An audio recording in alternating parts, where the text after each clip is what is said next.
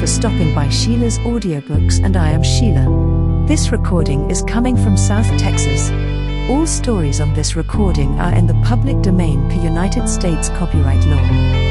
This story is about an urgent cry for help brings Poirot to France. When Hercule Poirot and his associate Arthur Hastings arrive in the French village of Merlinville-sur-Mer to meet their client Paul Renauld, they learn from the police that he has been found that morning stabbed in the back with a letter opener and left in a newly dug grave adjacent to a local golf course. Among the plausible suspects are Renaud's wife Eloise, his son Jack, and the mysterious Cinderella of Hastings' recent acquaintance. Poirot's powers of investigation ultimately triumph over the wiles of an assailant whose misdirection and motives are nearly but not quite impossible to spot. We talk at cross purposes, my friend. Remember, it is two crimes we are investigating, for which, as I pointed out to you, we have the necessary two bodies. There, ne vous impatientez pas. I explain all. To begin with, we apply our psychology. We find 3 points at which Monsieur Renaud displays a distinct change of view and action, 3 psychological points therefore. The first occurs immediately after arriving in Merlinville, the second after quarrelling with his son on a certain subject, the third on the morning of 7th June. Now for the 3 causes. We can attribute number 1 to meeting Madame d'Aubroil.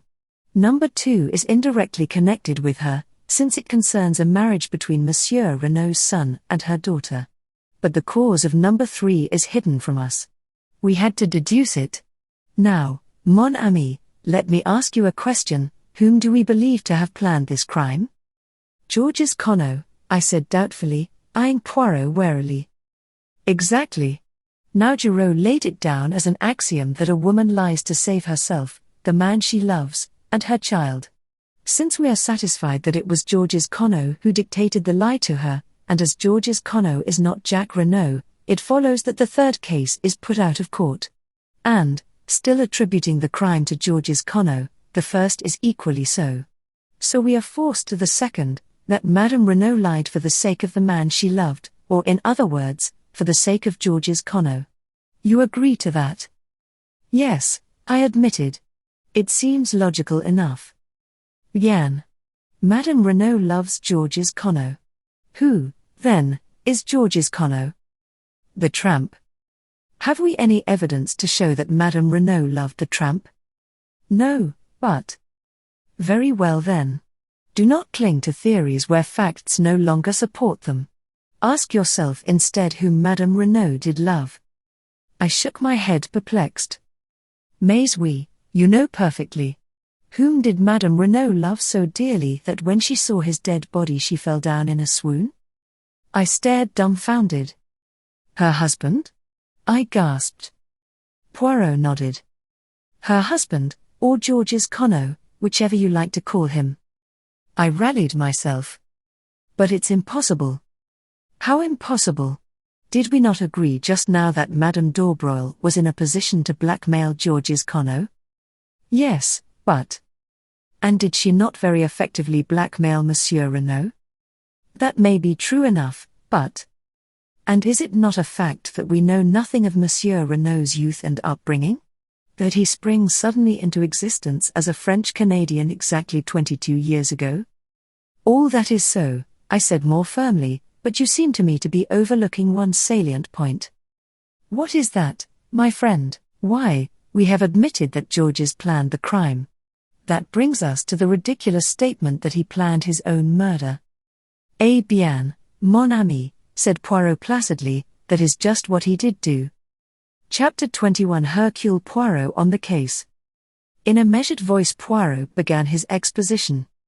It seems strange to you, mon ami, that a man should plan his own death? So strange, that you prefer to reject the truth as fantastic, and to revert to a story that is in reality 10 times more impossible. Yes, Monsieur Renaud planned his own death, but there is one detail that perhaps escapes you: he did not intend to die. I shook my head, bewildered. But no, it is almost simple really, said Poirot kindly. For the crime that Monsieur Renaud proposed, a murderer was not necessary, as I told you, but a body was. Let us reconstruct, seeing events this time from a different angle. Georges Conneau flies from justice to Canada. There, under an assumed name, he marries, and finally acquires a vast fortune in South America.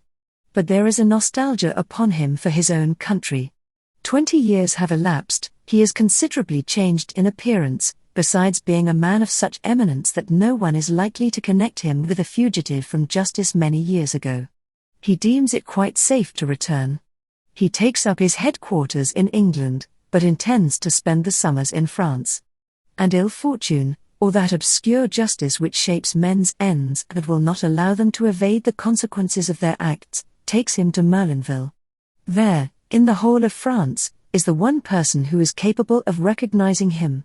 It is, of course, a gold mine to Madame d'Aubroil, and a gold mine of which she is not slow to take advantage. He is helpless, absolutely in her power. And she bleeds him heavily. And then the inevitable happens. Jacques Renaud falls in love with the beautiful girl he sees almost daily, and wishes to marry her. That rouses his father. At all costs, he will prevent his son marrying the daughter of this evil woman. Jacques Renaud knows nothing of his father's past, but Madame Renaud knows everything.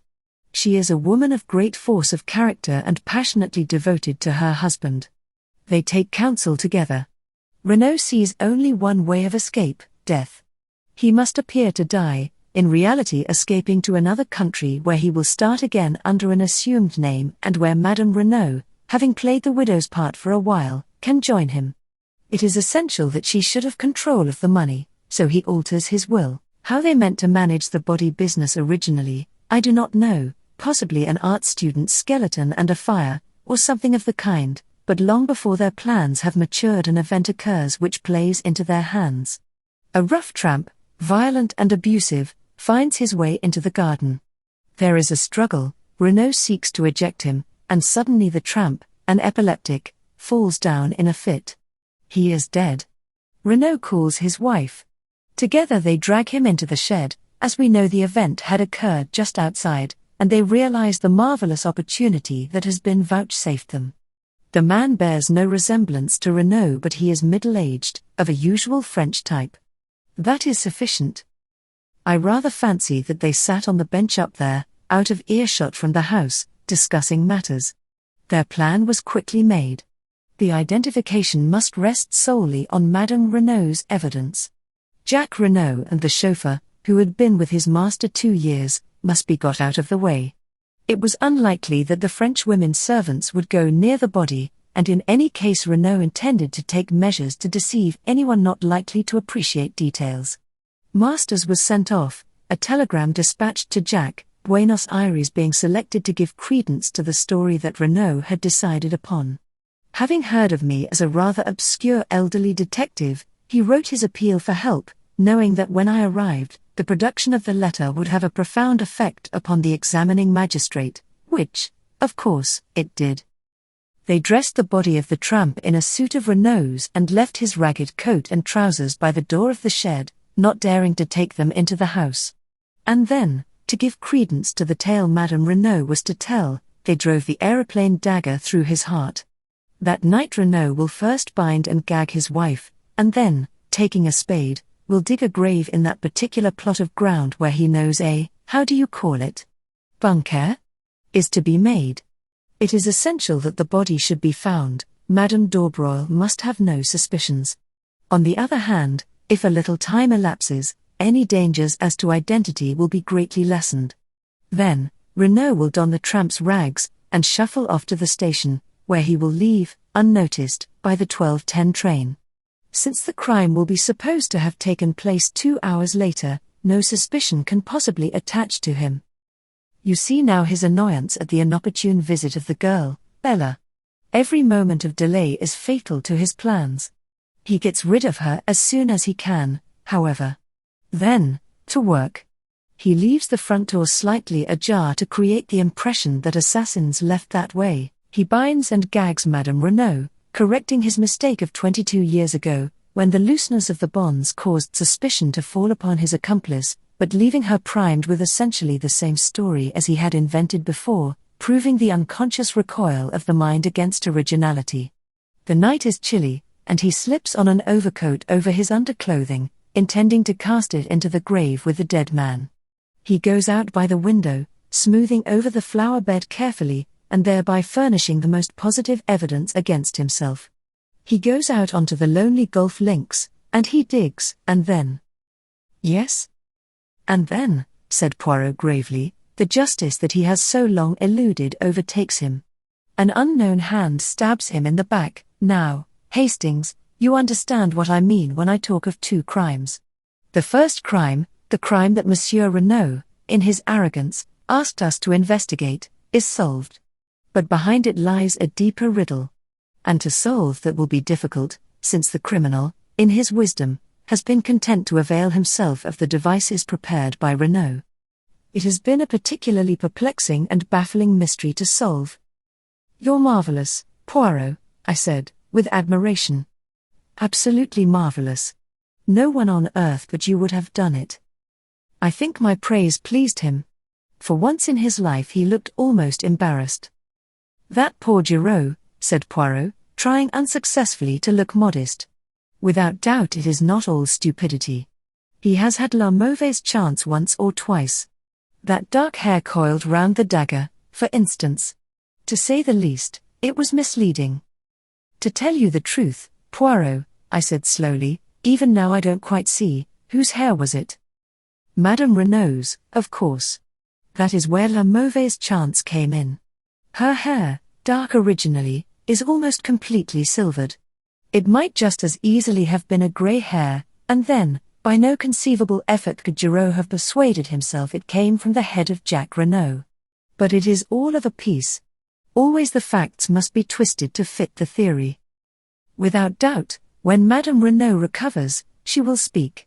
The possibility of her son being accused of the murder never occurred to her.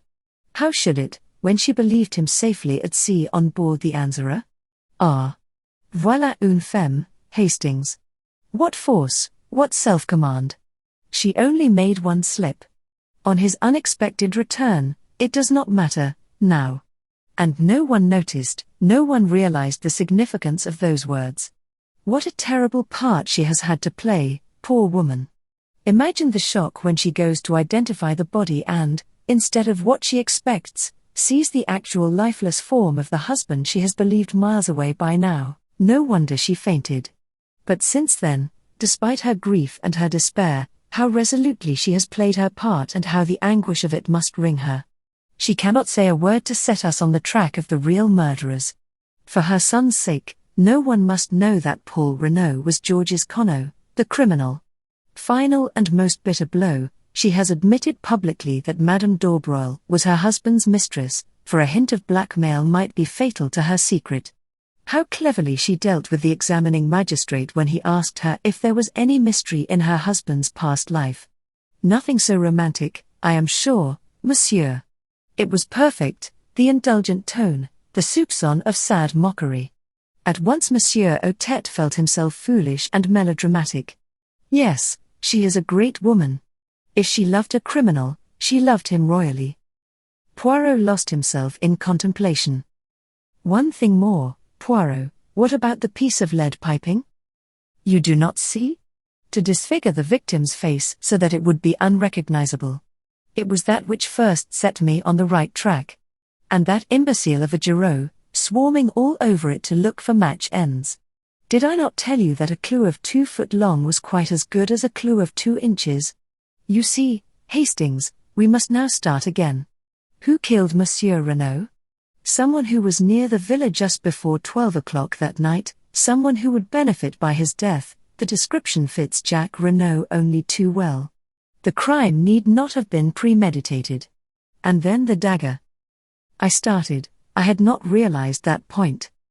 Of course, I said, Mrs. Renaud's dagger was the second one we found in the tramp. There were 2, then? Certainly, and since they were duplicates, it stands to reason that Jacques Renauld was the owner. But that would not trouble me so much. In fact, I had a little idea as to that. No, the worst indictment against him is again psychological, heredity, mon ami, heredity. Like father, like son, Jacques Renaud, when all is said or done, is the son of Georges Conneau. His tone was grave and earnest, and I was impressed in spite of myself. What is your little idea that you mentioned just now? I asked. For answer, Poirot consulted his turnip-faced watch, and then asked, "What time is the afternoon boat from Calais?" "About 5, I believe." "That will do very well. We shall just have time." "You are going to England?" "Yes, my friend." "Why?" "To find a possible witness." "Who?" With a rather peculiar smile upon his face, Poirot replied, "Miss Bella Devine." "But how will you find her? What do you know about her?" "I know nothing about her, but I can guess a good deal. We may take it for granted that her name is Bella Devine, and since that name was faintly familiar to Monsieur Stoner, though evidently not in connection with the Renauld family, it is probable that she is on the stage. Jacques Renauld was a young man with plenty of money, and 20 years of age. The stage is sure to have been the home of his first love. It tallies, too, with Monsieur Renaud's attempt to placate her with a cheque. I think I shall find her all right, especially with the help of this." And he brought out the photograph I had seen him take from Jacques Renaud's drawer. "With love from Bella" was scrawled across the corner, but it was not that which held my eyes fascinated. The likeness was not first-rate, but for all that it was unmistakable to me. I felt a cold sinking, as though some unutterable calamity had befallen me. It was the face of Cinderella. Chapter 22. I Find Love. For a moment or two I sat as though frozen, the photograph still in my hand. Then, summoning all my courage to appear unmoved, I handed it back. At the same time I stole a quick glance at Poirot. Had he noticed anything? But to my relief he did not seem to be observing me. Anything unusual in my manner had certainly escaped him. He rose briskly to his feet. "We have no time to lose.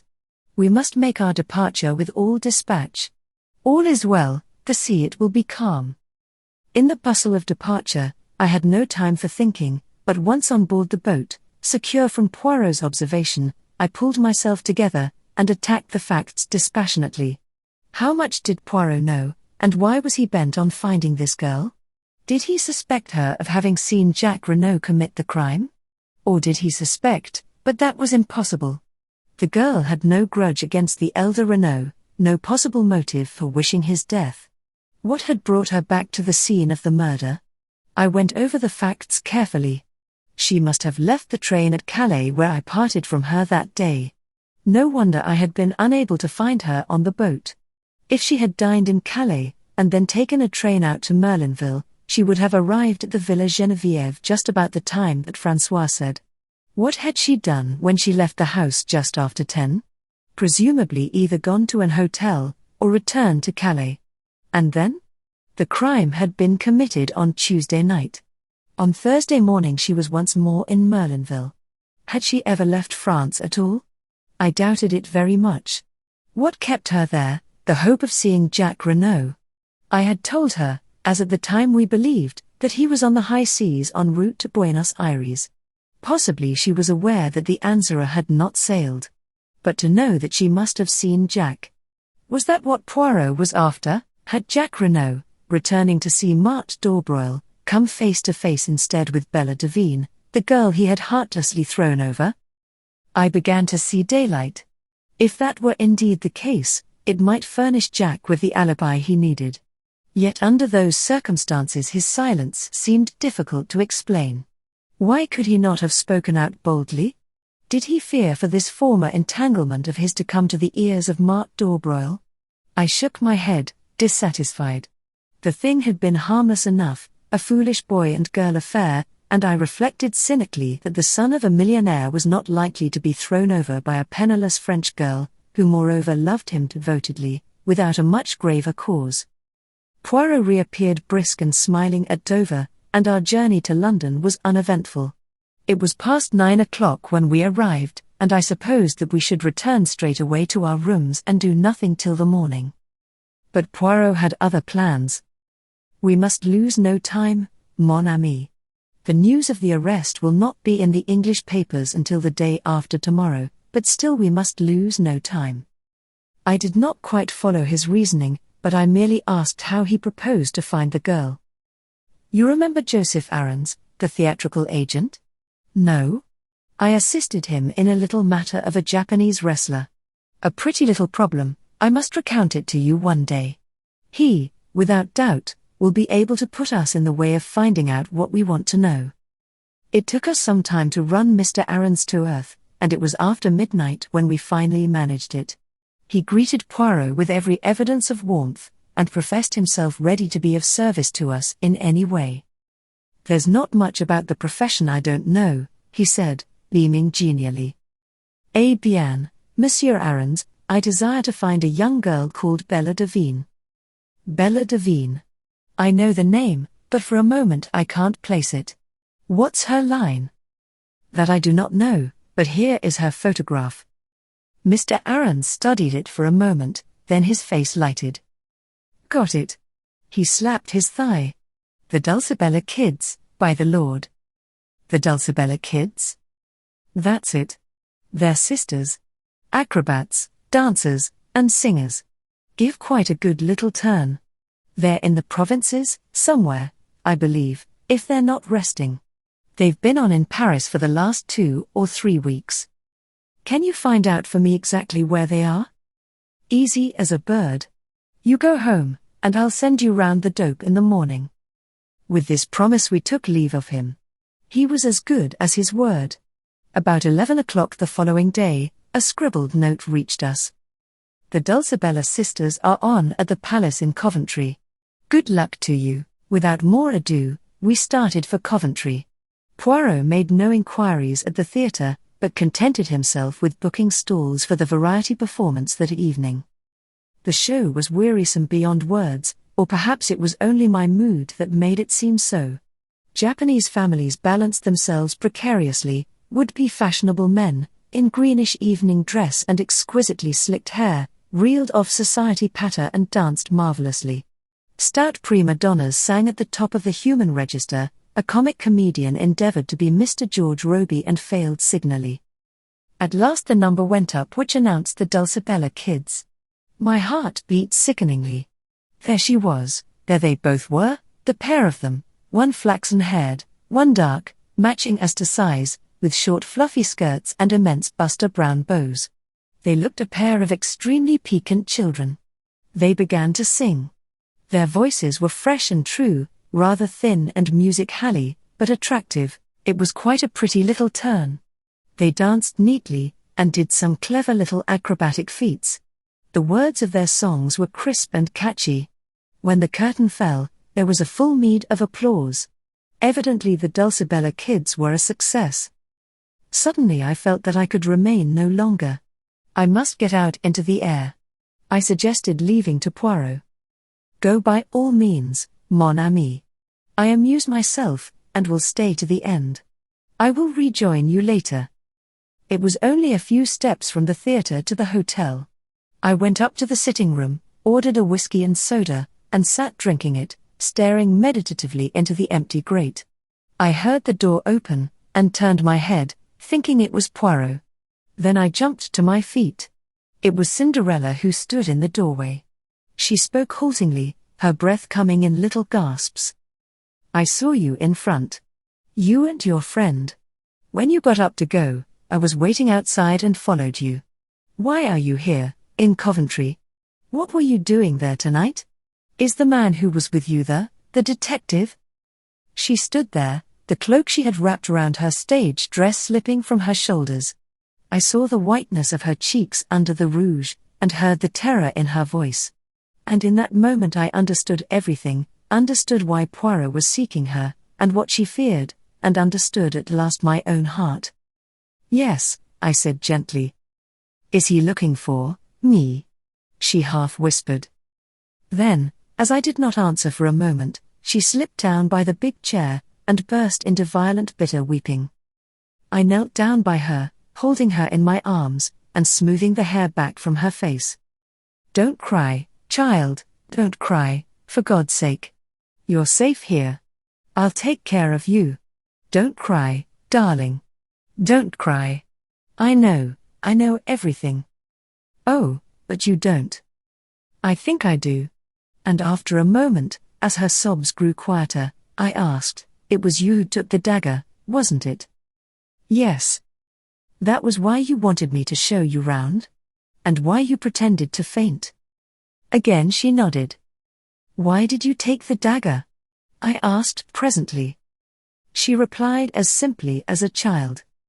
"I was afraid there might be finger marks on it." "But didn't you remember that you had worn gloves?" She shook her head as though bewildered, and then said slowly, "Are you going to give me up to the police?" "Good God! No." Her eyes sought mine long and earnestly, and then she asked in a little quiet voice that sounded afraid of itself, "Why not?" It seemed a strange place and a strange time for a declaration of love, and God knows, in all my imagining, I had never pictured love coming to me in such a guise. But I answered simply and naturally enough, "Because I love you, Cinderella."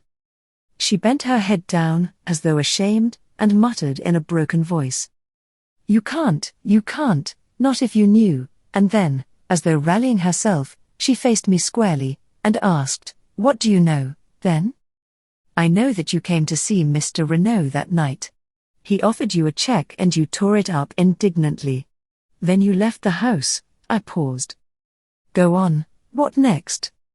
"I don't know whether you knew Jack Renauld would be coming that night, or whether you just waited about on the chance of seeing him, but you did wait about. Perhaps you were just miserable and walked aimlessly, but at any rate just before 12 you were still near there, and you saw a man on the golf links." Again I paused. I had leapt to the truth in a flash as she entered the room, but now the picture rose before me even more convincingly. I saw vividly the peculiar pattern of the overcoat on the dead body of Mr. Renauld, and I remembered the amazing likeness that had startled me into believing for one instant that the dead man had risen from the dead when his son burst into our conclave in the salon. "Go on," repeated the girl steadily. "I fancy his back was to you, but you recognized him, or thought you recognized him. The gait and the carriage were familiar to you, and the pattern of his overcoat." I paused. "You used a threat in one of your letters to Jack Renauld. When you saw him there, your anger and jealousy drove you mad, and you struck. I don't believe for a minute that you meant to kill him. But you did kill him, Cinderella." She had flung up her hands to cover her face, and in a choked voice she said, you're right, I can see it all as you tell it." Then she turned on me almost savagely. "And you love me? Knowing what you do, how can you love me?" "I don't know," I said a little wearily. "I think love is like that, a thing one cannot help. I have tried, I know, ever since the first day I met you. And love has been too strong for me." And then suddenly, when I least expected it, she broke down again, casting herself down on the floor and sobbing wildly. "Oh, I can't," she cried. "I don't know what to do. I don't know which way to turn. Oh, pity me, someone, and tell me what to do." Again I knelt by her, soothing her as best I could. "Don't be afraid of me, Bella. For God's sake, don't be afraid of me. I love you, that's true, but I don't want anything in return. Only let me help you. Love him still if you have to, but let me help you, as he can't." It was as though she had been turned to stone by my words. She raised her head from her hands and stared at me. "You think that?" she whispered. "You think that I love Jack Renauld?" Then, half laughing, half crying, she flung her arms passionately round my neck, and pressed her sweet wet face to mine. "Not as I love you," she whispered. "Never as I love you." Her lips brushed my cheek, and then, seeking my mouth, kissed me again and again with a sweetness and fire beyond belief. The wildness of it, and the wonder, I shall not forget, no, not as long as I live. It was a sound in the doorway that made us look up. Poirot was standing there looking at us. I did not hesitate. With a bound I reached him and pinioned his arms to his sides. "Quick," I said to the girl. "Get out of here. As fast as you can. I'll hold him." With one look at me, she fled out of the room past us. I held Poirot in a grip of iron. "Mon ami, observed the latter mildly, "You do this sort of thing very well. The strong man holds me in his grasp and I am helpless as a child. But all this is uncomfortable and slightly ridiculous. Let us sit down and be calm." "You won't pursue her?" "Mon Dieu. No. Am I Giraud? Release me, my friend." Keeping a suspicious eye upon him, for I paid Poirot the compliment of knowing that I was no match for him in astuteness, I relaxed my grip, and he sank into an armchair, feeling his arms tenderly. "It is that you have the strength of a bull when you are roused, Hastings. Eh bien, and do you think you have behaved well to your old friend? I show you the girl's photograph and you recognize it, but you never say a word." "There was no need if you knew that I recognized it," I said rather bitterly. So Poirot had known all along. I had not deceived him for an instant. "Ta-ta. You did not know that I knew that. And tonight you help the girl to escape when we have found her with so much trouble. Eh bien. It comes to this, are you going to work with me or against me, Hastings?" For a moment or two I did not answer. To break with my old friend gave me great pain. Yet I must definitely range myself against him. Would he ever forgive me, I wondered? He had been strangely calm so far, but I knew him to possess marvelous self-command. "Poirot," I said, "I'm sorry. I admit I've behaved badly to you over this. But sometimes one has no choice. And in future I must take my own line." Poirot nodded his head several times. "I understand," he said. The mocking light had quite died out of his eyes, and he spoke with a sincerity and kindness that surprised me. "It is that, my friend, is it not? It is love that has come, not as you imagined it, all cock-a-hoop with fine feathers, but sadly, with bleeding feet. Well, well, I warned you. When I realized that this girl must have taken the dagger, I warned you. Perhaps you remember, but already it was too late. But, tell me, how much do you know?" I met his eyes squarely. "Nothing that you could tell me would be any surprise to me, Poirot. Understand that. But in case you think of resuming your search for Miss Devine, I should like you to know one thing clearly. If you have any idea that she was concerned in the crime, or was the mysterious lady who called upon Mr. Renauld that night, you are wrong. I travelled home from France with her that day, and parted from her at Victoria that evening, so that it is clearly impossible for her to have been in Merlinville." "Ah." Poirot looked at me thoughtfully. "And you would swear to that in a court of law?" "Most certainly I would." Poirot rose and bowed. "Mon ami. Vive l'amour. It can perform miracles. It is decidedly ingenious what you have thought of there. It defeats even Hercule Poirot." Chapter 23: Difficulties Ahead. After a moment of stress, such as I have just described, reaction is bound to set in. I retired to rest that night on a note of triumph, but I awoke to realize that I was by no means out of the wood. True, I could see no flaw in the alibi I had so suddenly conceived. I had but to stick to my story, and I failed to see how Bella could be convicted in face of it. But I felt a need of treading warily. Poirot would not take defeat lying down. Somehow or other, he would endeavor to turn the tables on me, and that in the way, and at the moment, when I least expected it. We met at breakfast the following morning as though nothing had happened. Poirot's good temper was imperturbable, yet I thought I detected a film of reserve in his manner which was new. After breakfast, I announced my intention of going out for a stroll. A malicious gleam shot through Poirot's eyes. "If it is information you seek, you need not be at the pains of deranging yourself. I can tell you all you wish to know. The Dulcibella sisters have cancelled their contract, and have left Coventry for an unknown destination." "Is that really so, Poirot?" "You can take it from me, Hastings. I made inquiries the first thing this morning. After all, what else did you expect?" True enough, nothing else could be expected under the circumstances. Cinderella had profited by the slight start I had been able to secure her, and would certainly not lose a moment in removing herself from the reach of the pursuer. It was what I had intended and planned. Nevertheless, I was aware of being plunged into a network of fresh difficulties. I had absolutely no means of communicating with the girl, and it was vital that she should know the line of defense that had occurred to me, and which I was prepared to carry out. Of course, it was possible that she might try to send word to me in some way or another, but I hardly thought it likely. She would know the risk she ran of a message being intercepted by Poirot, thus setting him on her track once more. Clearly her only course was to disappear utterly for the time being.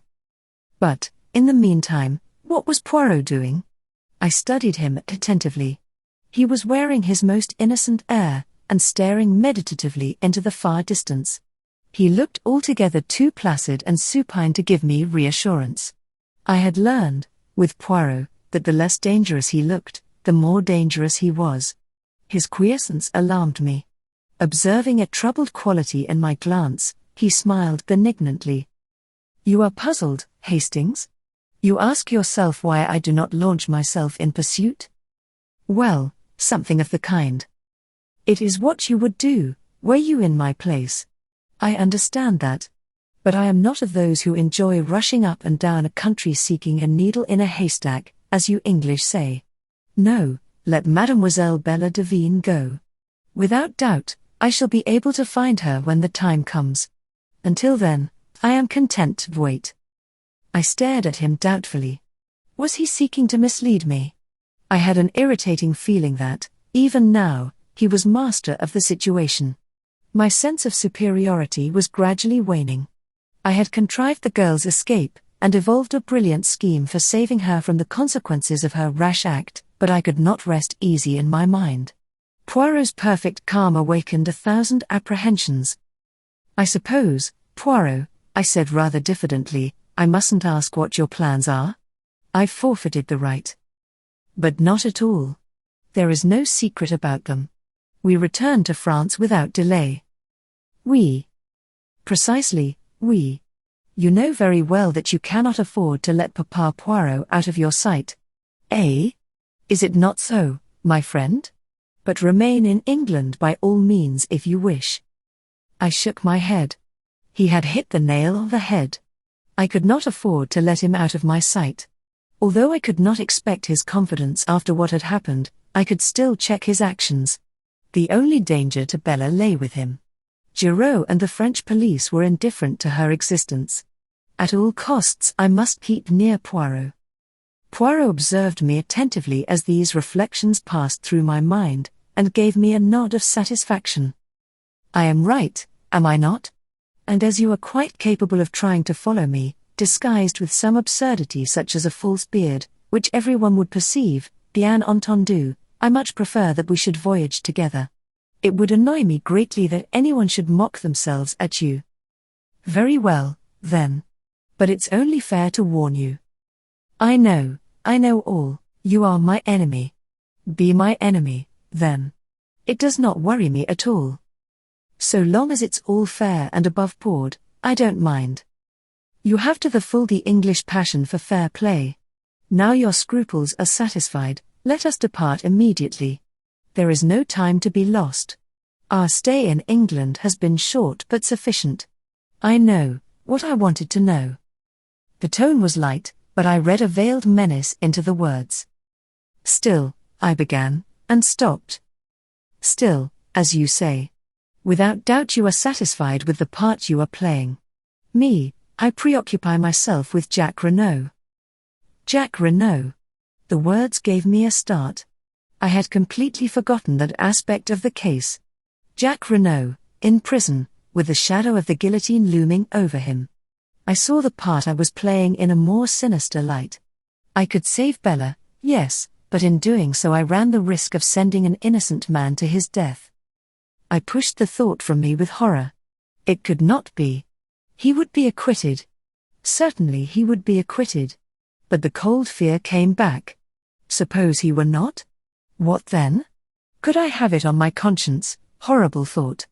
Would it come to that in the end? A decision. Bella or Jack Renaud? The promptings of my heart were to save the girl I loved at any cost to myself. But, if the cost were to another, the problem was altered. What would the girl herself say? I remembered that no word of Jack Renaud's arrest had passed my lips. As yet she was in total ignorance of the fact that her former lover was in prison charged with a hideous crime which he had not committed. When she knew, how would she act? Would she permit her life to be saved at the expense of his? Certainly she must do nothing rash. Jack Renauld might, and probably would, be acquitted without any intervention on her part. If so, good. But if he was not? That was the terrible, the unanswerable problem. I fancied that she ran no risk of the extreme penalty. The circumstances of the crime were quite different in her case. She could plead jealousy and extreme provocation, and her youth and beauty would go for much.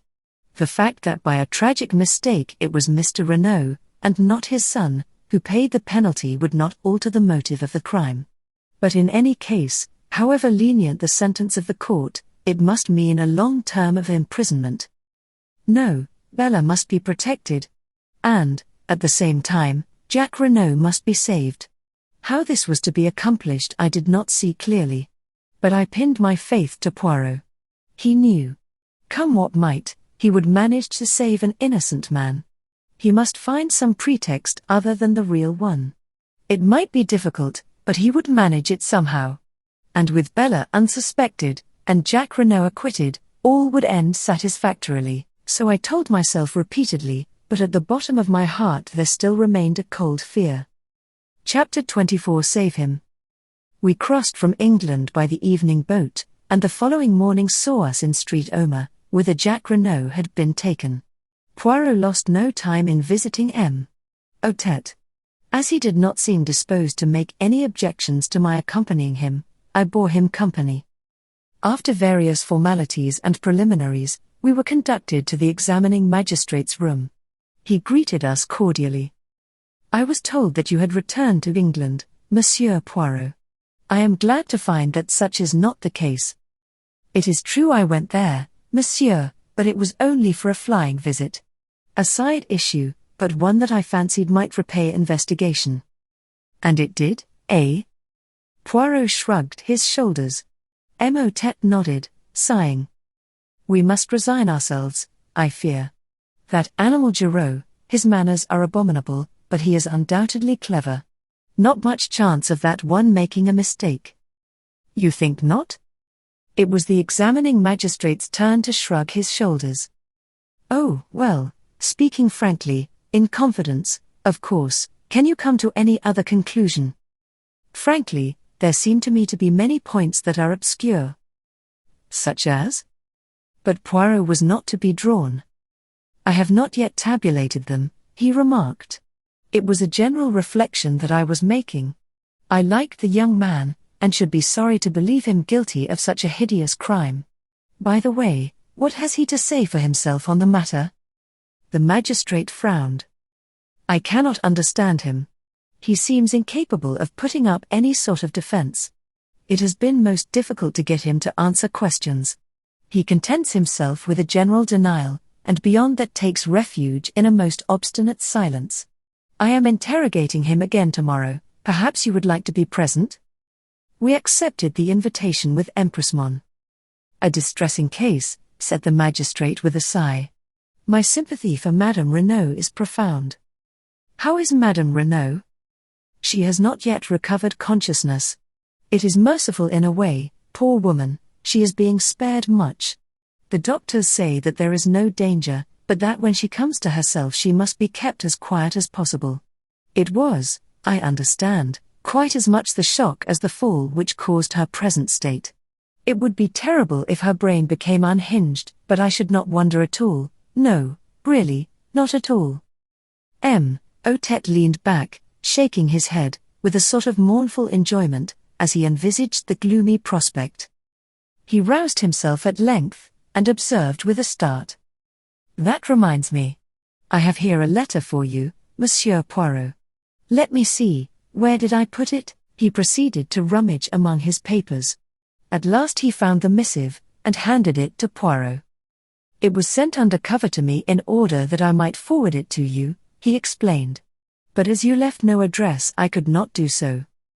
Poirot studied the letter curiously. It was addressed in a long, sloping, foreign hand, and the writing was decidedly a woman's. Poirot did not open it. Instead he put it in his pocket and rose to his feet. "Till tomorrow then. Many thanks for your courtesy and amiability. But not at all. I am always at your service." We were just leaving the building when we came face to face with Giraud, looking more dandified than ever, and thoroughly pleased with himself. "Aha! Monsieur Poirot," he cried airily. "You have returned from England then?" "As you see," said Poirot. "The end of the case is not far off now, I fancy."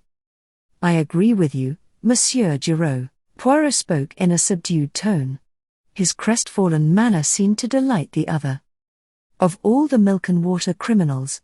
Not an idea of defending himself. It is extraordinary. So extraordinary that it gives one to think, does it not?" suggested Poirot mildly. But Giraud was not even listening. He twirled his cane amicably. "Well, good day, Monsieur Poirot.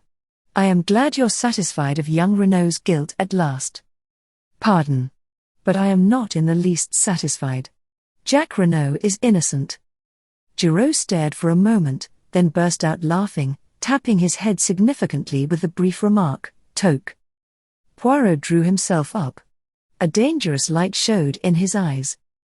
"Monsieur Giraud, throughout the case your manner to me has been deliberately insulting.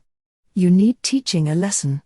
I am prepared to wager you 500 francs that I find the murderer of Monsieur Renaud before you do.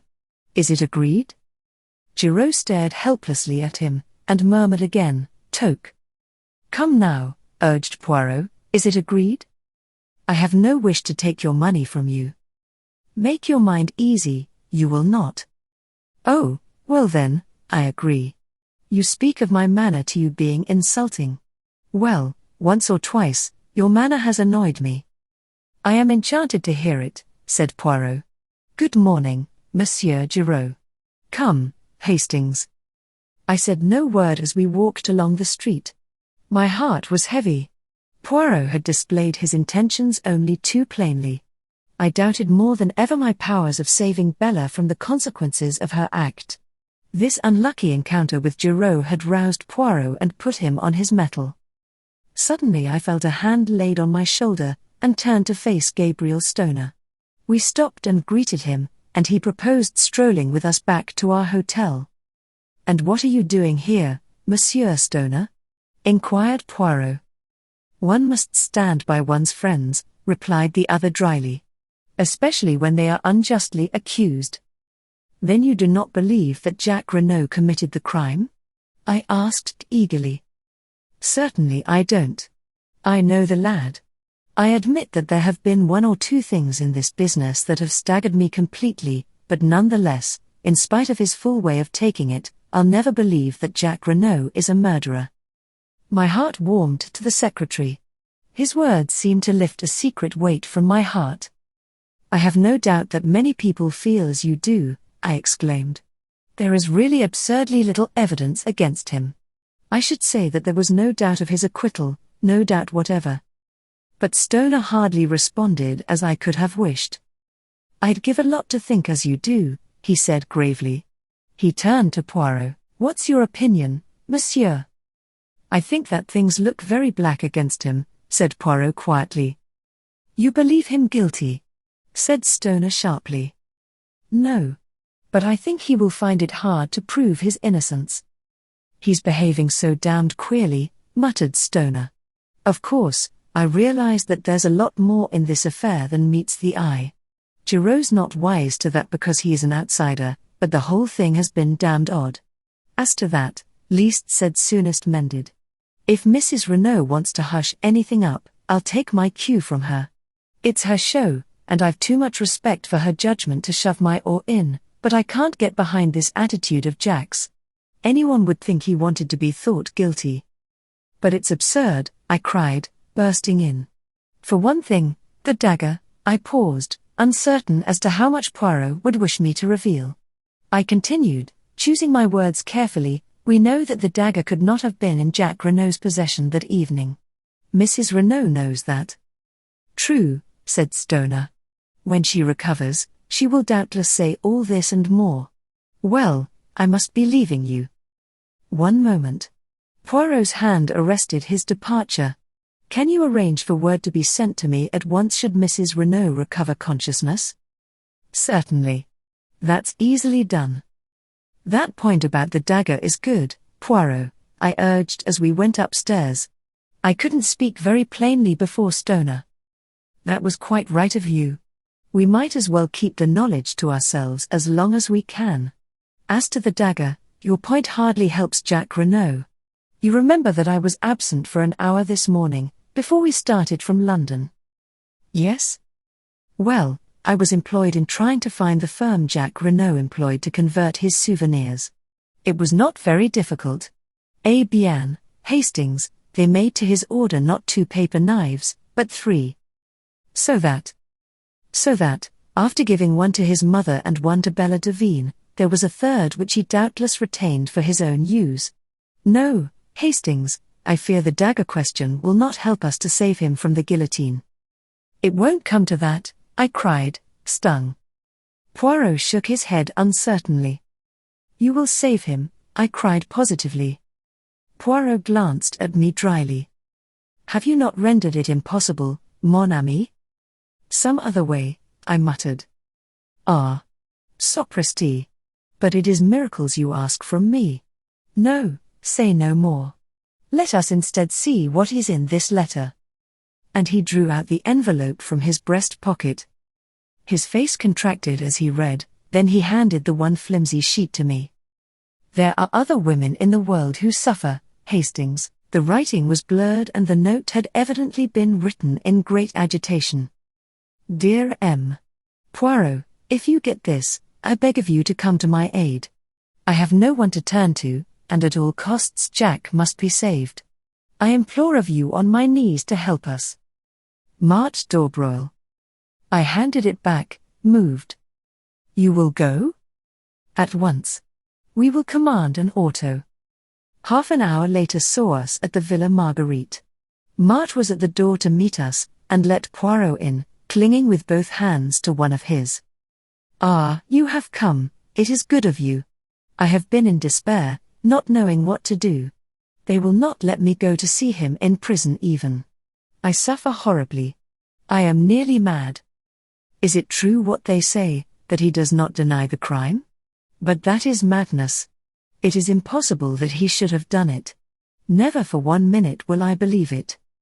Neither do I believe it, mademoiselle, said Poirot gently. But then why does he not speak? I do not understand. Perhaps because he is screening someone, suggested Poirot, watching her. Mart frowned. Screening someone? Do you mean his mother? Ah, from the beginning I have suspected her. Who inherits all that vast fortune? She does. It is easy to wear widow's weeds and play the hypocrite. And they say that when he was arrested she fell down like that. She made a dramatic gesture. And without doubt, Monsieur Stoner, the secretary, he helped her. They are thick as thieves, those two. It is true she is older than he, but what do men care, if a woman is rich? There was a hint of bitterness in her tone. Stoner was in England, I put in. He says so, but who knows? Mademoiselle, said Poirot quietly, if we are to work together, you and I, we must have things clear. First, I will ask you a question. Yes, monsieur. Are you aware of your mother's real name? Mart looked at him for a minute, then, letting her head fall forward on her arms, she burst into tears. There, said Poirot, patting her on the shoulder. Calm yourself, petite, I see that you know. Now a second question, did you know who Monsieur Renauld was? Monsieur Renauld, she raised her head from her hands and gazed at him wonderingly. Ah, I see you do not know that. Now listen to me carefully. Step by step, he went over the case, much as he had done to me on the day of our departure for England. Mart listened spellbound. When he had finished, she drew a long breath. But you are wonderful, magnificent. You are the greatest detective in the world. With a swift gesture she slipped off her chair and knelt before him with an abandonment that was wholly French. Save him, monsieur, she cried. I love him so, Oh, save him, save him, save him. Chapter 25 An Unexpected Denouement. We were present the following morning at the examination of Jack Renauld. Short as the time had been, I was shocked at the change that had taken place in the young prisoner. His cheeks had fallen in, there were deep black circles round his eyes, and he looked haggard and distraught, as one who had wooed sleep in vain for several nights. He betrayed no emotion at seeing us. "Renauld," began the magistrate, "do you deny that you were in Merlinville on the night of the crime?" Jack did not reply at once, then he said with a hesitancy of manner which was piteous, I told you that I was in Cherbourg." The magistrate turned sharply. "Send in the station witnesses." In a moment or two the door opened to admit a man whom I recognized as being a porter at Merlinville station. "You were on duty on the night of 7th June? "Yes, monsieur." "You witnessed the arrival of the 11:40 train?" "Yes, monsieur." "Look at the prisoner. Do you recognize him as having been one of the passengers to alight?" "Yes, monsieur." "There is no possibility of your being mistaken?"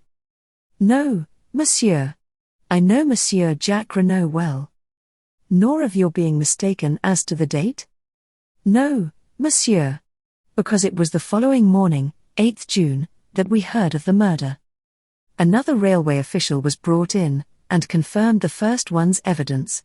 The magistrate looked at Jack Renauld. "These men have identified you positively. What have you to say?" Jack shrugged his shoulders. "Nothing." "Renauld," continued the magistrate, "do you recognize this?" He took something from the table by his side and held it out to the prisoner. I shuddered as I recognized the aeroplane dagger. "Pardon," cried Jack's counsel, Maître Grosier. "I demand to speak to my client before he answers that question." But Jack Renauld had no consideration for the feelings of the wretched Grosier. He waved him aside, and replied quietly, "Certainly I recognize it.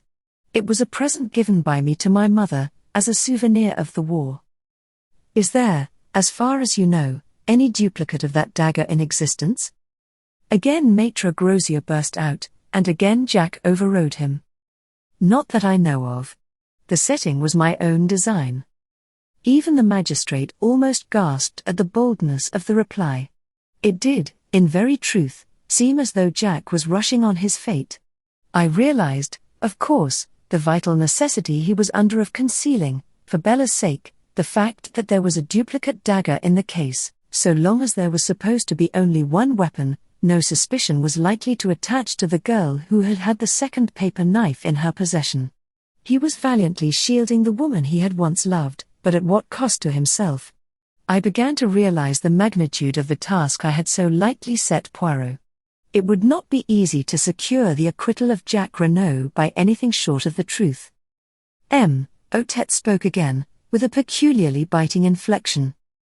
"Madame Renauld told us that this dagger was on her dressing table on the night of the crime. But Madame Renauld is a mother. It will doubtless astonish you, Renauld, but I consider it highly likely that Madame Renauld was mistaken, and that, by inadvertence perhaps, you had taken it with you to Paris. Doubtless you will contradict me." I saw the lad's handcuffed hands clench themselves. The perspiration stood out in beads upon his brow, as with a supreme effort he interrupted Otette in a hoarse voice. "I shall not contradict you. It is possible." It was a stupefying moment. Maître Grosier rose to his feet, protesting. "My client has undergone a considerable nervous strain. I should wish it put on record that I do not consider him answerable for what he says." The magistrate quelled him angrily. For a moment a doubt seemed to arise in his own mind. Jack Renauld had almost overdone his part.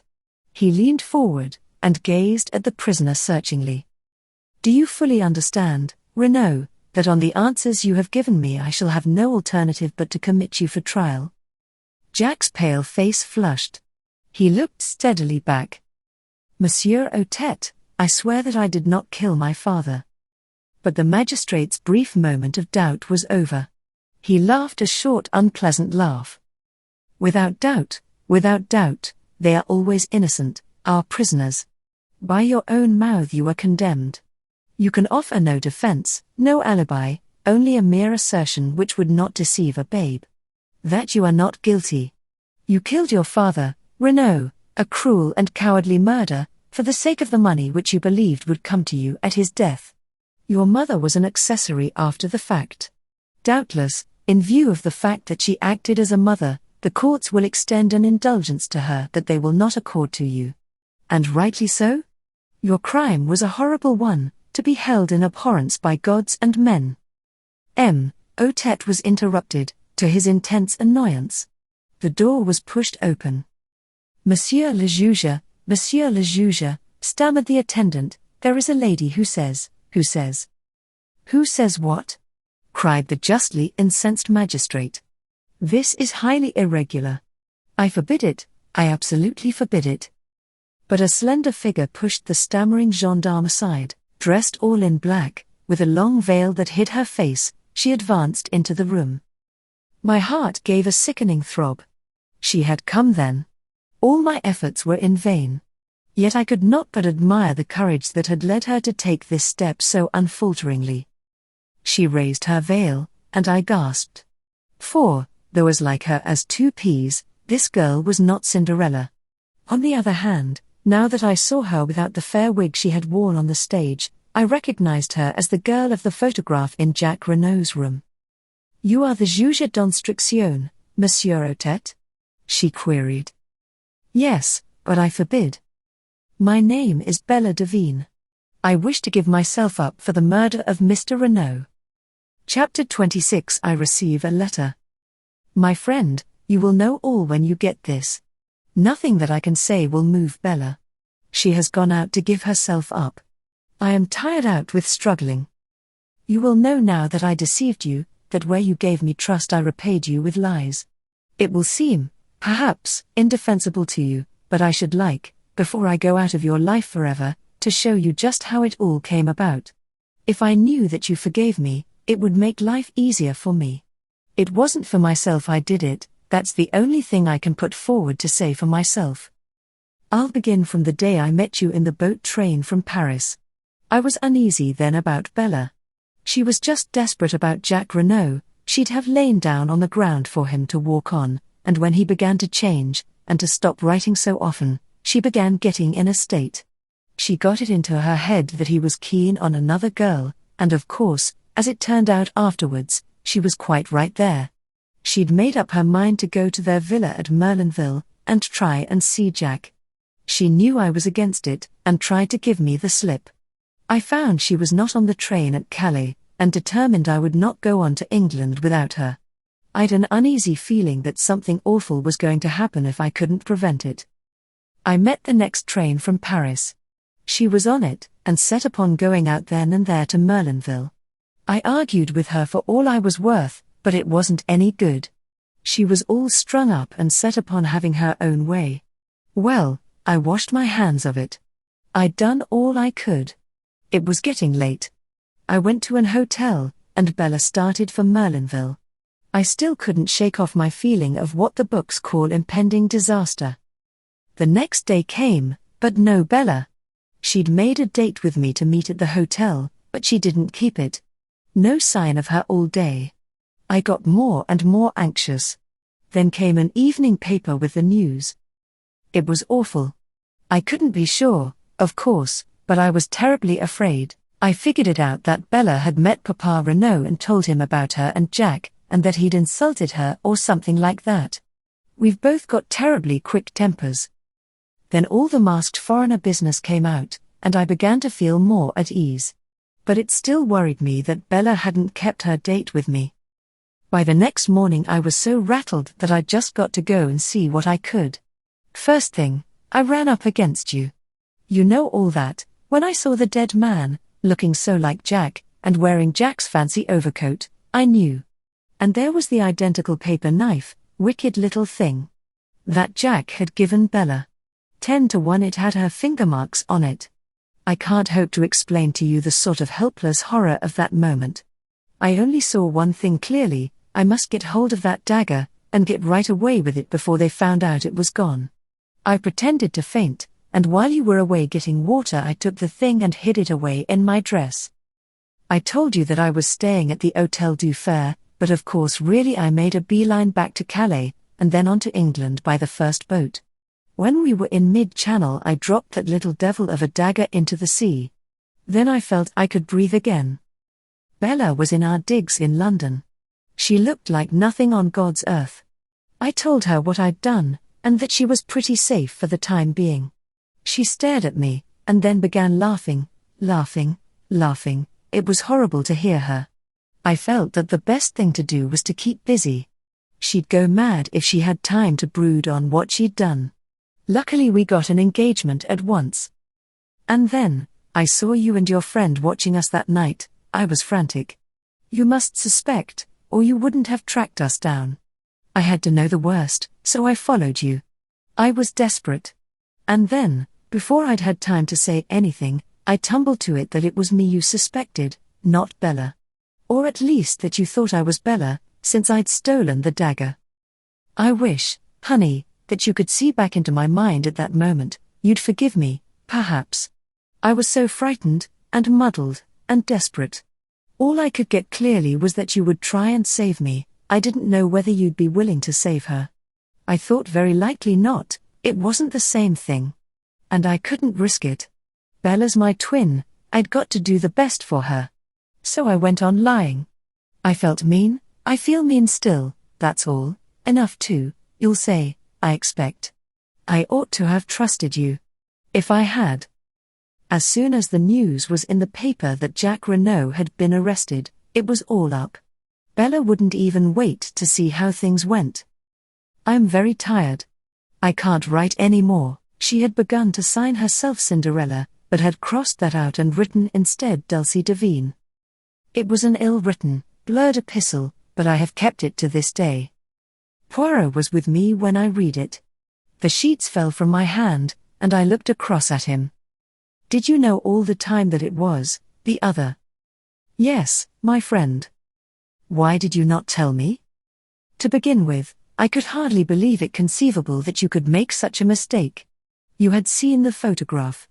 The sisters are very alike, but by no means incapable of distinguishment. But the fair hair? A wig, worn for the sake of a piquant contrast on the stage. Is it conceivable that with twins one should be fair and one dark? Why didn't you tell me that night at the hotel in Coventry? You were rather high-handed in your methods, mon ami, said Poirot dryly. You did not give me a chance. But afterwards?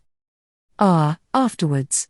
Well, to begin with, I was hurt at your want of faith in me. And then, I wanted to see whether your feelings would stand the test of time. In fact, whether it was love, or a flash in the pan, with you. I should not have left you long in your error. I nodded. His tone was too affectionate for me to bear resentment. I looked down on the sheets of the letter. Suddenly I picked them up from the floor, and pushed them across to him. Read that, I said. I'd like you to. He read it through in silence, then he looked up at me. What is it that worries you, Hastings? This was quite a new mood in Poirot. His mocking manner seemed laid quite aside. I was able to say what I wanted without too much difficulty. She doesn't say, well, not whether she cares for me or not. Poirot turned back the pages. I think you are mistaken, Hastings. Where? I cried, leaning forward eagerly. Poirot smiled. She tells you that in every line of the letter, mon ami. But where am I to find her? There's no address on the letter. There's a French stamp, that's all. Excite yourself not. Leave it to Papa Poirot. I can find her for you as soon as I have 5 little minutes. Chapter 27 Jack Renaud's Story. Congratulations, Monsieur Jack, said Poirot, wringing the lad warmly by the hand. Young Renaud had come to us as soon as he was liberated, before starting for Merlinville to rejoin Marthe and his mother. Stoner accompanied him. His heartiness was in strong contrast to the lad's wan looks. It was plain that the boy was on the verge of a nervous breakdown. He smiled mournfully at Poirot, and said in a low voice, I went through it to protect her, and now it's all no use. You could hardly expect the girl to accept the price of your life, remarked Stoner dryly. She was bound to come forward when she saw you heading straight for the guillotine. Ma foi. And you were heading for it too, added Poirot, with a slight twinkle. You would have had Maître Grosier's death from rage on your conscience if you had gone on. He was a well-meaning ass, I suppose, said Jack. But he worried me horribly. You see, I couldn't very well take him into my confidence. But, my God, what's going to happen about Bella? If I were you, said Poirot frankly, I should not distress myself unduly. The French courts are very lenient to youth and beauty, and the crime passionnel. A clever lawyer will make out a great case of extenuating circumstances. It will not be pleasant for you. I don't care about that. You see, Monsieur Poirot, in a way I do feel guilty of my father's murder. But for me, and my entanglement with this girl, he would be alive and well today. And then my cursed carelessness in taking away the wrong overcoat. I can't help feeling responsible for his death. It will haunt me forever. No, I said soothingly. Of course it's horrible to me to think that Bella killed my father, resumed Jack. But I'd treated her shamefully. After I met Mart, and realized I'd made a mistake, I ought to have written and told her so honestly. But I was so terrified of a row, and of its coming to Mart's ears, and her thinking there was more in it than there ever had been, that, well, I was a coward, and went on hoping the thing would die down of itself. I just drifted, in fact, not realizing that I was driving the poor kid desperate. If she'd really knifed me, as she meant to, I should have got no more than my deserts. And the way she's come forward now is downright plucky. I'd have stood the racket, you know, up to the end. He was silent for a moment or two, and then burst out on another tack. What gets me is why the governor should be wandering about in underclothes and my overcoat at that time of night. I suppose he'd just given the foreign Johnnies the slip, and my mother must have made a mistake about its being 2 o'clock when they came. Or, it wasn't all a frame-up, was it? I mean, my mother couldn't think, that it was me. Poirot reassured him quickly. No, Monsieur Jack. Have no fears on that score. As for the rest, I will explain it to you one of these days. It is rather curious. But will you recount to us exactly what did occur on that terrible evening? There's very little to tell. I came from Cherbourg, as I told you, in order to see Mart before going to the other end of the world. The train was late, and I decided to take the short cut across the golf links.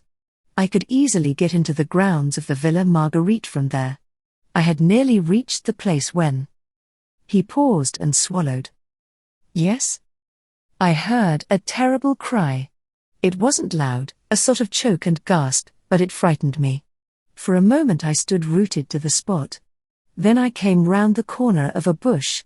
There was moonlight. I saw the grave, and a figure lying face downwards with a dagger sticking in the back. And then, I looked up and saw her. She was looking at me as though she saw a ghost. It's what she must have thought me at first. All expression seemed frozen out of her face by horror. And then she gave a cry, and turned and ran. He stopped, trying to master his emotion. And afterwards? Asked Poirot gently. I really don't know. I stayed there for a time, dazed. And then I realized I'd better get away as fast as I could. It didn't occur to me that they would suspect me, but I was afraid of being called upon to give evidence against her.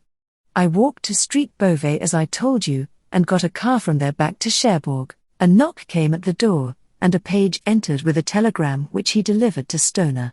He tore it open. Then he got up from his seat. Mrs. Renauld has regained consciousness, he said. Ah. Poirot sprang to his feet. Let us all go to Merlinville at once. A hurried departure was made forthwith. Stoner, at Jack's insistence, agreed to stay behind and do all that could be done for Bella Devine. Poirot, Jack Renauld, and I set off in the Renault car. The run took just over 40 minutes. As we approached the doorway of the Villa Marguerite, Jack Renauld shot a questioning glance at Poirot. How would it be if you went on first, to break the news to my mother that I am free? While you break it in person to Mademoiselle Marthe, eh? Finished Poirot, with a twinkle. But yes, by all means, I was about to propose such an arrangement myself. Jack Renaud did not wait for more. Stopping the car, he swung himself out, and ran up the path to the front door. We went on in the car to the Villa Geneviève. Poirot, I said, do you remember how we arrived here that first day? And were met by the news of Mr. Renaud's murder? Ah, yes, truly. Not so long ago either. But what a lot of things have happened since then, especially for you, mon ami. Yes, indeed, I sighed. You are regarding it from the sentimental standpoint, Hastings. That was not my meaning. We will hope that Mademoiselle Bella will be dealt with leniently, and after all Jack Renaud cannot marry both the girls. I spoke from a professional standpoint. This is not a crime well ordered and regular, such as a detective delights in. The mise en scène designed by Georges Conneau, that indeed is perfect, but the denouement, no. A man killed by accident in a girl's fit of anger, indeed, what order or method is there in that? And in the midst of a fit of laughter on my part at Poirot's peculiarities, the door was opened by François. Poirot explained that he must see Mrs. Renaud at once, and the old woman conducted him upstairs. I remained in the salon. It was some time before Poirot reappeared. He was looking unusually grave. Vous voilà, Hastings. Sacré tonnerre. But there are squalls ahead. What do you mean? I cried. I would hardly have credited it, said Poirot thoughtfully, but women are very unexpected. Here are Jack and Marthe d'Aubroil, I exclaimed, looking out of the window. Poirot bounded out of the room, and met the young couple on the steps outside. Do not enter. It is better not. Your mother is very upset. I know, said Jack Renaud. I must go up to her at once. But no, I tell you. It is better not, but Marthe and I. In any case, do not take Mademoiselle with you. Mount, if you must, but you would be wise to be guided by me. A voice on the stairs behind made us all start. I thank you for your good offices, Monsieur Poirot, but I will make my own wishes clear. We stared in astonishment. Descending the stairs, leaning on Léonie's arm, was Mrs. Renaud, her head still bandaged. The French girl was weeping, and imploring her mistress to return to bed. Madame will kill herself. It is contrary to all the doctor's orders. But Mrs. Renaud came on. Mother, cried Jack, starting forward. But with a gesture she drove him back. I am no mother of yours. You are no son of mine. From this day and hour I renounce you. Mother, cried the lad, stupefied. For a moment she seemed to waver, to falter before the anguish in his voice. Poirot made a mediating gesture. But instantly she regained command of herself. Your father's blood is on your head. You are morally guilty of his death. You thwarted and defied him over this girl, and by your heartless treatment of another girl, you brought about his death. Go out from my house. Tomorrow I intend to take such steps as shall make it certain that you shall never touch a penny of his money. Make your way in the world as best you can with the help of the girl who is the daughter of your father's bitterest enemy. And slowly, painfully, she retraced her way upstairs. We were all dumbfounded, totally unprepared for such a demonstration. Jack Renaud, worn out with all he had already gone through, swayed and nearly fell. Poirot and I went quickly to his assistance. He is overdone, murmured Poirot to Marthe. Where can we take him? But home. To the Villa Marguerite. We will nurse him, my mother and I. My poor Jack. We got the lad to the villa, where he dropped limply onto a chair in a semi-dazed condition. Poirot felt his head and hands. He has fever. The long strain begins to tell. And now this shock on top of it. Get him to bed, and Hastings and I will summon a doctor. A doctor was soon procured. After examining the patient, he gave it as his opinion that it was simply a case of nerve strain. With perfect rest and quiet, the lad might be almost restored by the next day, but, if excited, there was a chance of brain fever. It would be advisable for someone to sit up all night with him.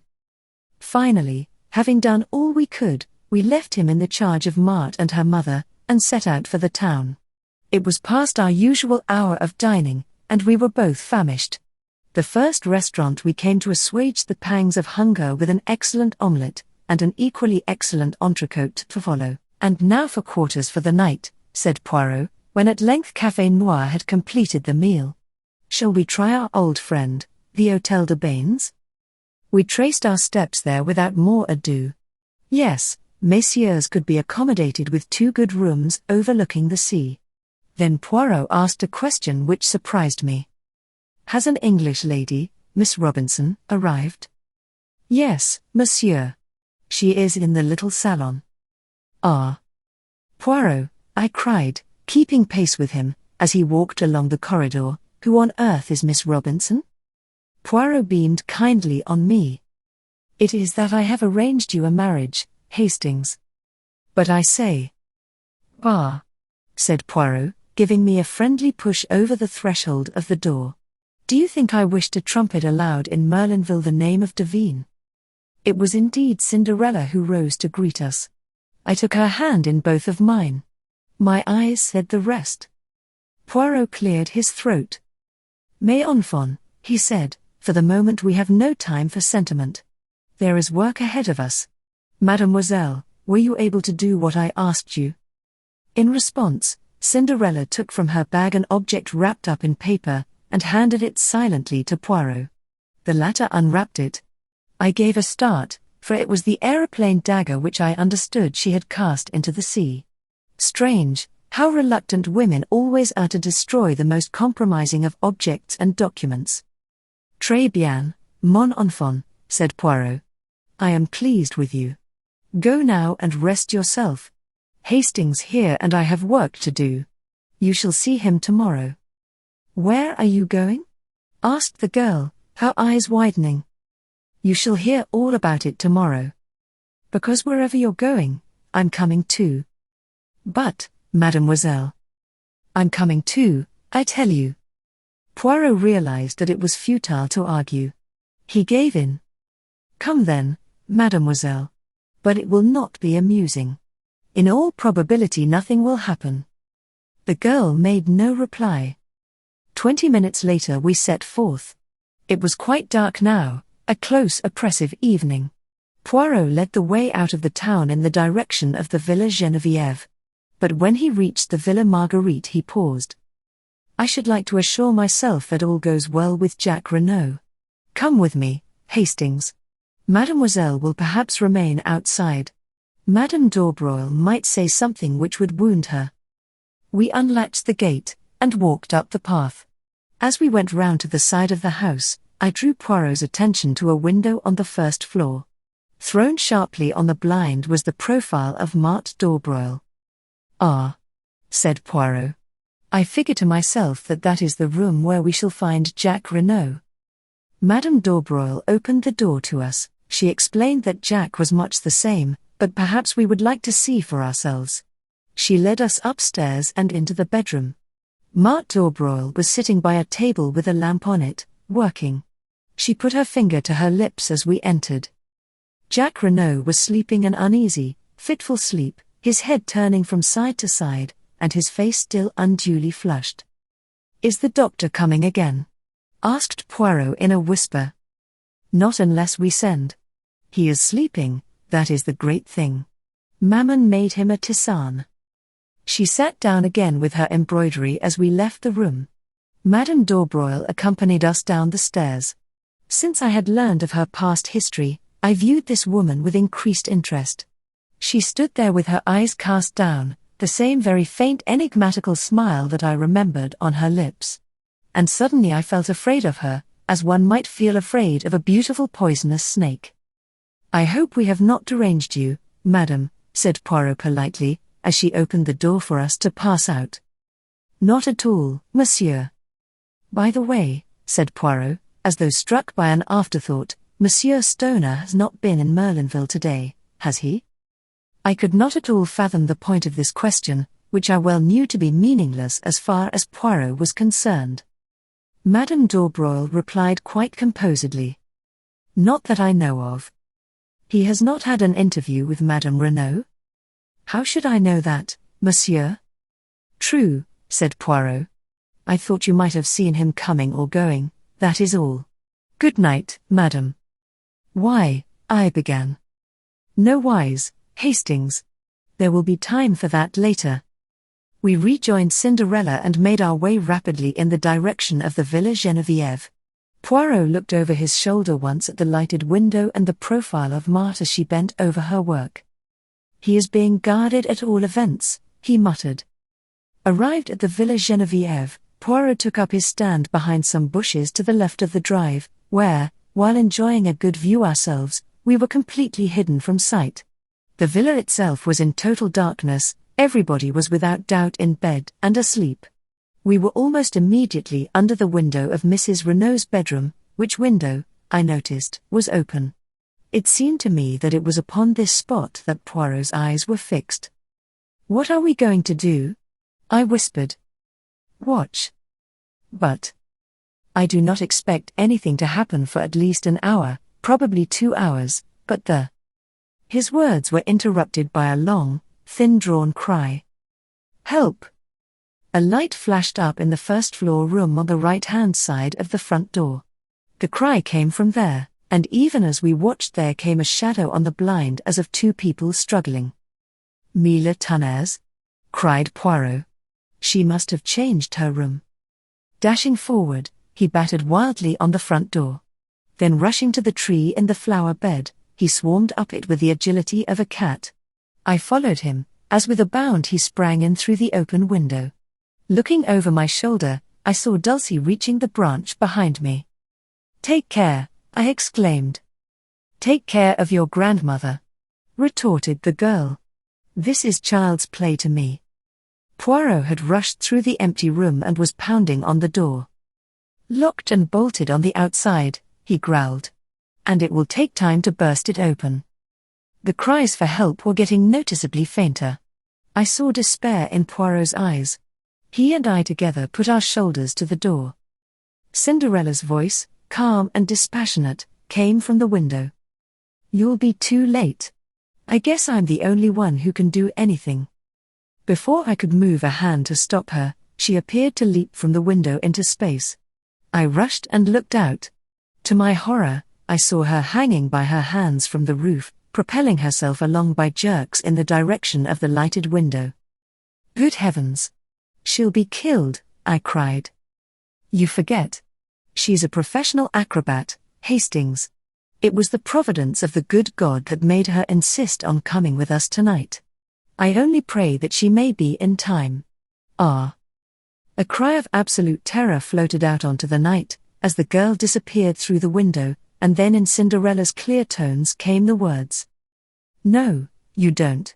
I've got you, and my wrists are just like steel. At the same moment the door of our prison was opened cautiously by Francois. Poirot brushed her aside unceremoniously and rushed down the passage to where the other maids were grouped round the farther door. It's locked on the inside, monsieur. There was the sound of a heavy fall within. After a moment or two the key turned and the door swung slowly open. Cinderella, very pale, beckoned us in. She is safe? Demanded Poirot. Yes, I was just in time. She was exhausted. Mrs. Renaud was half sitting, half lying on the bed. She was gasping for breath. Nearly strangled me, she murmured painfully. The girl picked up something from the floor and handed it to Poirot. It was a rolled-up ladder of silk rope, very fine but quite strong. A getaway, said Poirot. By the window, while we were battering at the door. Where is the other? The girl stood aside a little and pointed. On the ground lay a figure wrapped in some dark material, a fold of which hid the face. Dead? She nodded. I think so. Head must have struck the marble fender. But who is it? I cried. The murderer of Renaud, Hastings. And the would-be murderer of Madame Renaud. Puzzled and uncomprehending, I knelt down, and lifting the fold of cloth, looked into the dead beautiful face of Marthe d'Orbroil. Chapter 28 Journey's End. I have confused memories of the further events of that night. Poirot seemed deaf to my repeated questions. He was engaged in overwhelming Francois with reproaches for not having told him of Mrs. Renaud's change of sleeping quarters. I caught him by the shoulder, determined to attract his attention, and make myself heard. "But you must have known," I expostulated. "You were taken up to see her this afternoon." Poirot deigned to attend to me for a brief moment. "She had been wheeled on a sofa into the middle room, her boudoir," he explained. "But, monsieur," cried Francois, "Madame changed her room almost immediately after the crimes. The associations, they were too distressing. Then why was I not told?" vociferated Poirot, striking the table, and working himself into a first-class passion. "I demand of you, why was I not told? You are an old woman completely imbecile. And Léonie and Denise are no better. All of you are triple idiots. Your stupidity has nearly caused the death of your mistress. But for this courageous child—" He broke off, and, darting across the room to where the girl was bending over ministering to Mrs. Renaud, he embraced her with Gallic fervor, slightly to my annoyance. I was aroused from my condition of mental fog by a sharp command from Poirot to fetch the doctor immediately on Mrs. Renaud's behalf. After that, I might summon the police. And he added, to complete my dudgeon, "It will hardly be worth your while to return here. I shall be too busy to attend to you, and of Mademoiselle here I make a garde malade." I retired with what dignity I could command. Having done my errands, I returned to the hotel. I understood next to nothing of what had occurred. The events of the night seemed fantastic and impossible. Nobody would answer my questions. Nobody had seemed to hear them. Angrily, I flung myself into bed, and slept the sleep of the bewildered and utterly exhausted. I awoke to find the sun pouring in through the open windows and Poirot, neat and smiling, sitting beside the bed. "Enfin, you wake. But it is that you are a famous sleeper, Hastings. Do you know that it is nearly 11 o'clock? I groaned and put a hand to my head. "I must have been dreaming," I said. "Do you know, I actually dreamt that we found Marthe d'Orbroil's body in Mrs. Renaud's room, and that you declared her to have murdered Mr. Renaud? You were not dreaming. All that is quite true. But Bella Devine killed Mr. Renaud?" "Oh no, Hastings, she did not. She said she did, yes, but that was to save the man she loved from the guillotine." "What?" "Remember Jacques Renaud's story. They both arrived on the scene on the same instant, and each took the other to be the perpetrator of the crime. The girl stares at him in horror, and then with a cry rushes away. But, when she hears that the crime has been brought home to him, she cannot bear it, and comes forward to accuse herself and save him from certain death." Poirot leaned back in his chair, and brought the tips of his fingers together in familiar style. "The case was not quite satisfactory to me," he observed judicially. "All along I was strongly under the impression that we were dealing with a cold-blooded and premeditated crime committed by someone who had contented themselves, very cleverly, with using Monsieur Renaud's own plans for throwing the police off the track. The great criminal, as you may remember my remarking to you once, is always supremely simple." I nodded. "Now, to support this theory, the criminal must have been fully cognizant of Monsieur Renaud's plans. That leads us to Mrs. Renaud. But facts fail to support any theory of her guilt. Is there anyone else who might have known of them? Yes. From Marthe d'Orbroil's own lips we have the admission that she overheard Mr. Renaud's quarrel with the tramp. If she could overhear that, there is no reason why she should not have heard everything else, especially if Mr. and Madame Renaud were imprudent enough to discuss their plans sitting on the bench. Remember how easily you overheard Marthe's conversation with Jacques Renaud from that spot. But what possible motive could Marthe have for murdering Mr. Renaud? I argued. What motive? Money. Renaud was a millionaire several times over, and at his death, or so she and Jacques believed, half that vast fortune would pass to his son. Let us reconstruct the scene from the standpoint of Marthe d'Orbroil. Marthe d'Orbroil overhears what passes between Renauld and his wife. So far he has been a nice little source of income to the d'Orbroil mother and daughter, but now he proposes to escape from their toils. At first, possibly, her idea is to prevent that escape. But a bolder idea takes its place, and one that fails to horrify the daughter of Jean Beroldy. At present Renauld stands inexorably in the way of her marriage with Jack. If the latter defies his father, he will be a pauper, which is not at all to the mind of Mademoiselle Marthe. In fact, I doubt if she has ever cared a straw for Jack Renauld. She can simulate emotion, but in reality she is of the same cold, calculating type as her mother. I doubt, too, whether she was really very sure of her hold over the boy's affections. She had dazzled and captivated him, but separated from her, as his father could so easily manage to separate him, she might lose him. But with Renauld dead, and Jack the heir to half his millions, the marriage can take place at once, and at a stroke she will attain wealth, not the beggarly thousands that have been extracted from him so far. And her clever brain takes in the simplicity of the thing. It is all so easy.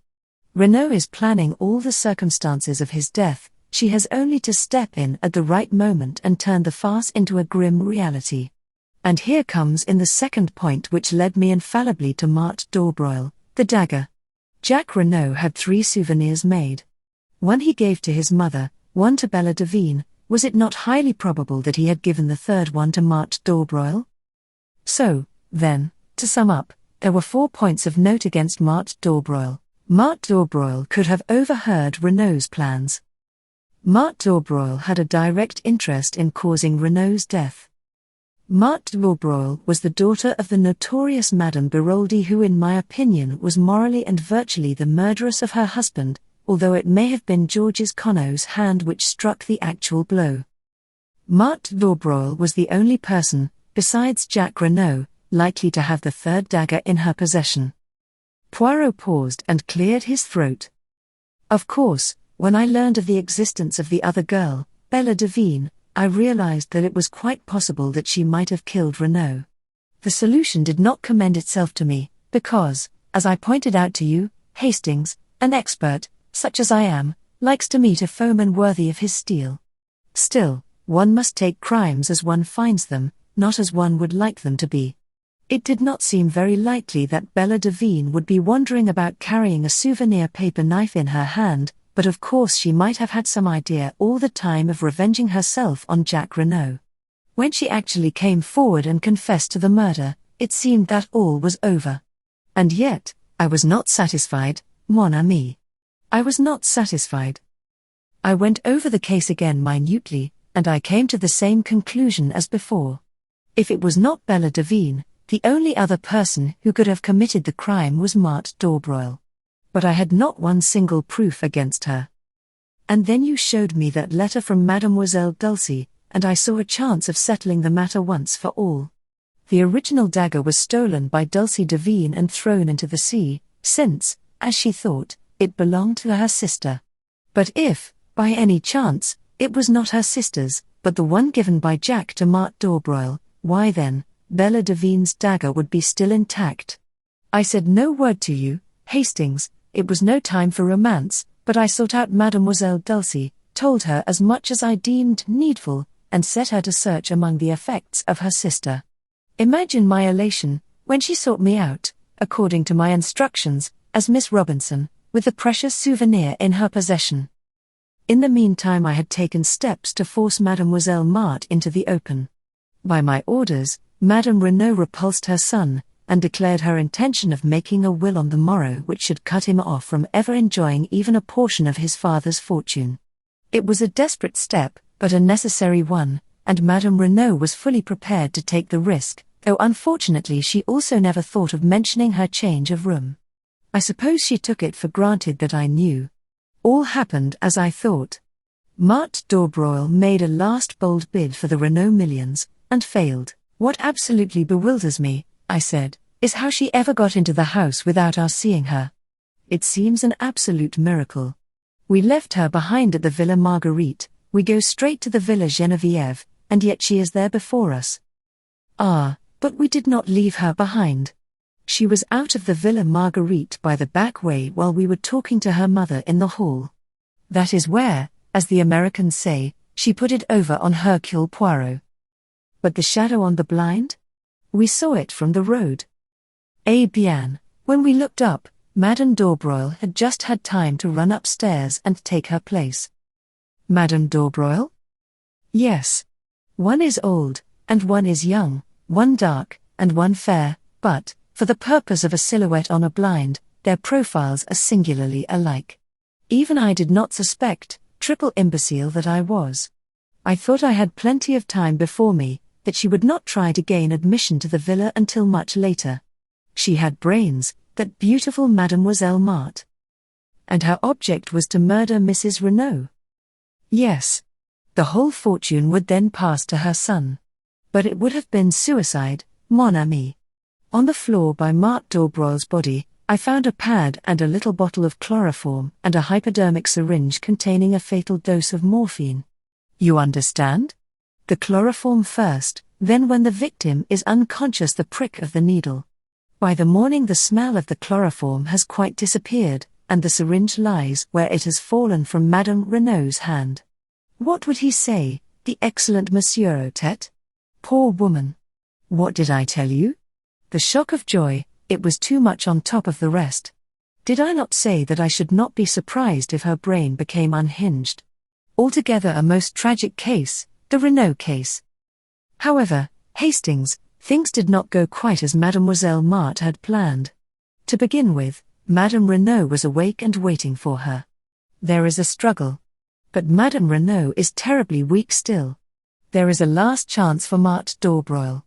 The idea of suicide is at an end, but if she can silence Madame Renaud with her strong hands, make a getaway with her little silk ladder while we are still battering on the inside of the farther door, and be back at the Villa Marguerite before we return there, it will be hard to prove anything against her. But she was checkmated, not by Hercule Poirot, but by la petite acrobate with her wrists of steel.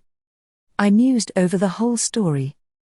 When did you first begin to suspect Marthe d'Aubroil, Poirot?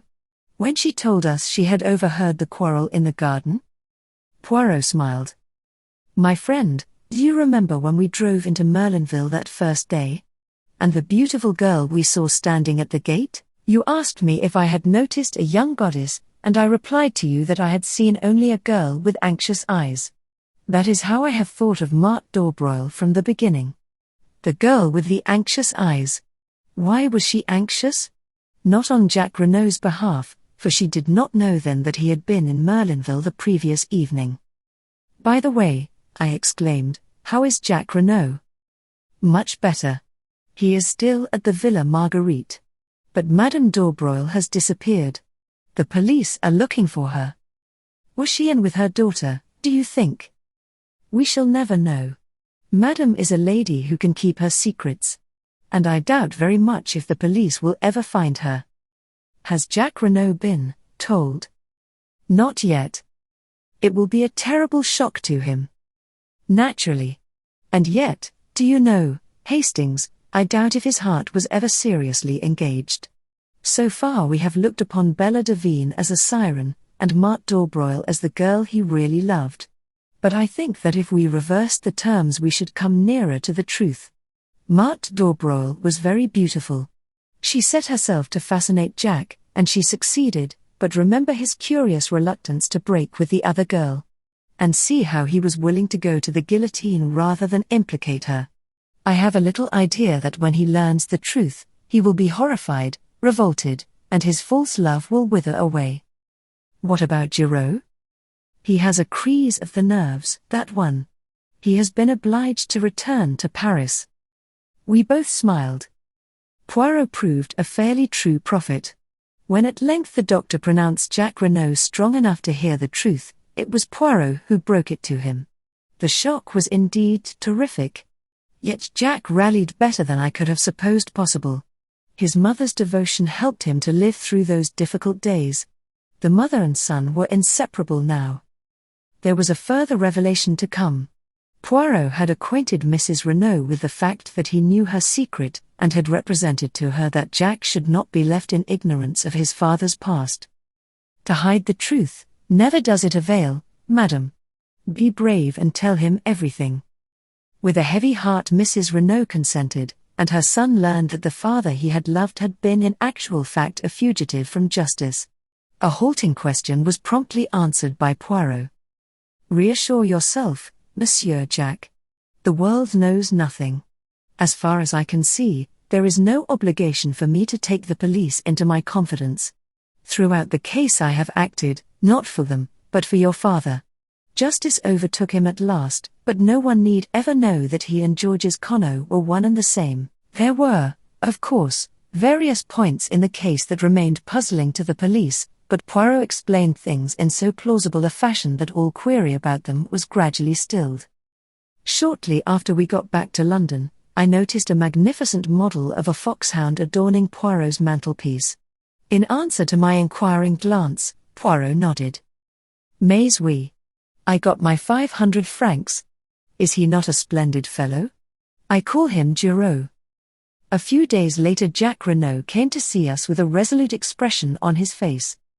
Monsieur Poirot, I've come to say goodbye. I'm sailing for South America almost immediately. My father had large interests over the continent, and I mean to start a new life out there. You go alone, Monsieur Jack. My mother comes with me, and I shall keep Stoner on as my secretary. He likes out-of-the-way parts of the world. No one else goes with you? Jack flushed. You mean? A girl who loves you very dearly, who has been willing to lay down her life for you. How could I ask her? Muttered the boy. After all that has happened, could I go to her and, oh, what sort of a lame story could I tell? Les femmes, they have a wonderful genius for manufacturing crutches for stories like that. Yes, but, I've been such a damned fool. So have all of us, one time and another, observed Poirot philosophically. But Jack's face had hardened. There's something else. I'm my father's son. Would anyone marry me, knowing that? You are your father's son, you say. Hastings here will tell you that I believe in heredity. Well, then. Wait. I know a woman of courage and endurance, capable of great love, of supreme self-sacrifice. The boy looked up. His eyes softened. My mother. Yes. You are your mother's son as well as your father's. Then go to Mademoiselle Bella. Tell her everything. Keep nothing back, and see what she will say. Jack looked irresolute. Go to her as a boy no longer, but a man bowed by the fate of the past, and the fate of today, but looking forward to a new and wonderful life. Ask her to share it with you. You may not realize it, but your love for each other has been tested in the fire and not found wanting. You have both been willing to lay down your lives for each other. And what of Captain Arthur Hastings, humble chronicler of these pages? There is some talk of his joining the Renaulds on a ranch across the seas, but for the end of this story I prefer to go back to a morning in the garden of the Villa Geneviève. I can't call you Bella, I said, since it isn't your name. And Dulcie seems so unfamiliar. So it's got to be Cinderella. Cinderella married the prince, you remember. I'm not a prince, but... She interrupted me. Cinderella warned him, I'm sure. You see, she couldn't promise to turn into a princess. She was only a little scullion after all. It's the prince's turn to interrupt, I interpolated. Do you know what he said? No. Hell, said the prince, and kissed her. And I suited the action to the word. The end.